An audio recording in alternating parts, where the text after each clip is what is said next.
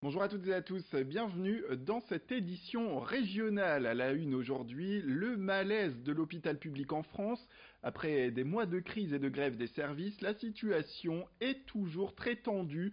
Et ce jeudi, plusieurs manifestations ont été organisées dans le pays et la région ne manque pas à l'appel. Selon les études, un tiers des hôpitaux français sont aujourd'hui en déficit budgétaire. Ensemble, ils accumuleraient près de 30 milliards d'euros de dettes. Et ce manque d'argent les empêche d'investir autant dans l'humain que dans le matériel. Par conséquent, pour les patients, l'accès aux soins devient également de plus en plus difficile. Entre les temps d'attente aux urgences, le manque de lits disponibles, les déserts médicaux et d'autres sujets encore évoqués par ces professionnels mobilisés ce jeudi. On écoute d'ailleurs un anesthésiste réanimateur qui est revenu sur la crise actuelle. L'hôpital est devenu comme n'importe quel produit de consommation. Donc on l'utilise 24 heures sur 24, du 1er janvier au 31 décembre. L'activité de nuit est bientôt bien équivalente à l'activité de jour. Donc c'est une charge de travail importante et effectivement les personnels sont fatigués.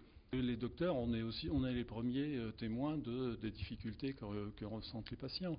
Le corps médical n'a pas forcément tendance, c'est vrai, à se mobiliser facilement. Mais là, on n'en peut plus. On voit qu'on n'a plus de dispositif.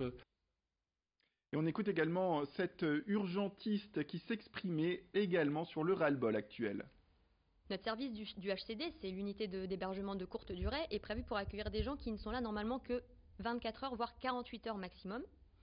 Il y a des patients qui sont là 10, 15 jours. Il y a des gens qui sont là des semaines, des gens qui font leur rééducation dans ce service, des patients psychogériatriques qui sont déments, qui sont déambulants. On est obligé de mettre des brancards devant leur porte dans le service pour pas qu'ils s'enfuient, pour pas qu'ils fuguent. Nous, on est urgentiste, on n'est pas médecin polyvalent, c'est pas notre travail. On est obligé de gérer des problématiques qui ne sont pas les nôtres. Et on sait très bien que dans les services, ils font leur maximum, mais on ne peut pas trouver des lits là où il n'y en a pas. On ne peut pas trouver des médecins là où il n'y en a pas. Aujourd'hui, la revalorisation de salaire, elle est nécessaire. Alors, on a beau dire le contraire, non, l'argent, c'est le nerf de la guerre. Mais aujourd'hui, on est tellement en difficulté que même si on nous augmentait notre salaire de façon énorme, nos conditions de travail sont tellement difficiles que ça ne suffirait pas. La problématique, elle est vraiment plus là, en fait. On a dépassé largement ce stade. Et toujours dans le même registre, cette information, la maternité de Tourcoing qui a suspendu les accouchements depuis le 25 septembre, faute de médecins disponibles, sachez que 4 gynécologues ont donné leur accord pour rejoindre le service du CH Dron d'ici le mois de février. La nouvelle est tombée hier, mais aucune date de reprise cependant des naissances n'a pour l'instant été communiquée. Voilà pour cette information. Dans le cadre de la 3e édition des Assises des mobilités et de l'accessibilité de la métropole lilloise, l'AMEL et Alstom ont présenté le doublement des rames de la ligne 1 du métro lillois, un géant du transport qui mesurera donc 52 mètres contre 26 aujourd'hui. Il va aussi permettre la modernisation du système de pilotage automatique en 2021 et l'arrivée, il faut le noter, de 27 nouvelles rames en 2023. L'objectif est la modernisation du système. Il va permettre cette modernisation, la diminution de la maintenance et une communication directe entre les trains grâce à l'intelligence embarquée. La ligne 1 rénovée verra des métros sans cloison également entre les voitures pour optimiser l'espace et elle comportera des zones dédiées aux personnes à mobilité réduite, sans oublier l'apport d'écrans d'information avec un système de vidéoprotection intégré. Edil Gunay a rencontré les responsables du projet qui revenaient également sur le retard de livraison concernant ces nouvelles rames de la ligne 1. Les prochaines échéances, c'est la continuité des tests et des essais. En 2021, la livraison du pilote automatique, qui est une innovation. Certes, il y a eu beaucoup de retard. Et lorsque l'on est un groupe international comme Alstom, effectivement, il faut lever toutes ces problématiques, cette innovation liée au métro, liée au doublement des rames, 52 mètres, qui fonctionne sur un 26 mètres, etc. C'était toute cette innovation technologique qui a pris du retard, mais nous avons maintenant un protocole d'accord.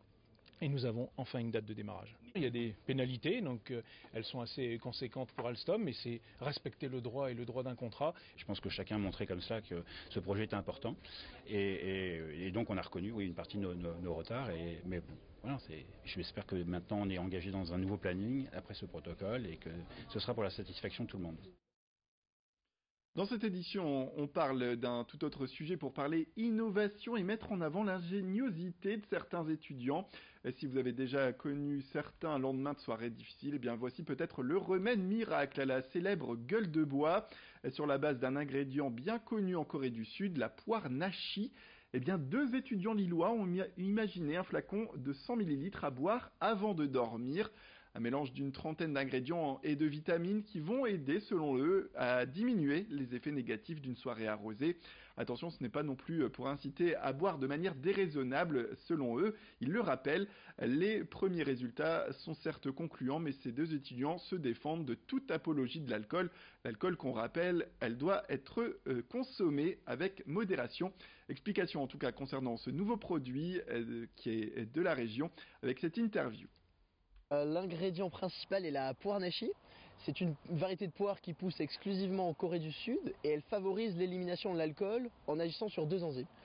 Et du coup, on a rencontré un laboratoire en Corée du Sud pour nous produire une recette unique et en y ajoutant d'autres ingrédients tels que chardon-marie, figue de Babary, baie de goji et curcuma pour vous aider à nettoyer votre foie et à vous donner l'énergie nécessaire. Puisque cette boisson de 100 ml est à boire une fois en fin de soirée et elle va agir pendant votre sommeil. Et elle va vous permettre, le lendemain matin, d'adoucir les symptômes, à savoir donc les maux de tête, les douleurs à l'estomac, la déshydratation et les nausées et vertiges. Et avis aux enfants de la télé des années 80 et 90, la nostalgie arrive à l'occasion de l'île 3000 Eldorado. Le centre culturel de l'Équin organise ce dimanche un ciné-concert de la série culte Les Mystérieuses Cités d'Or, vous l'aurez reconnu.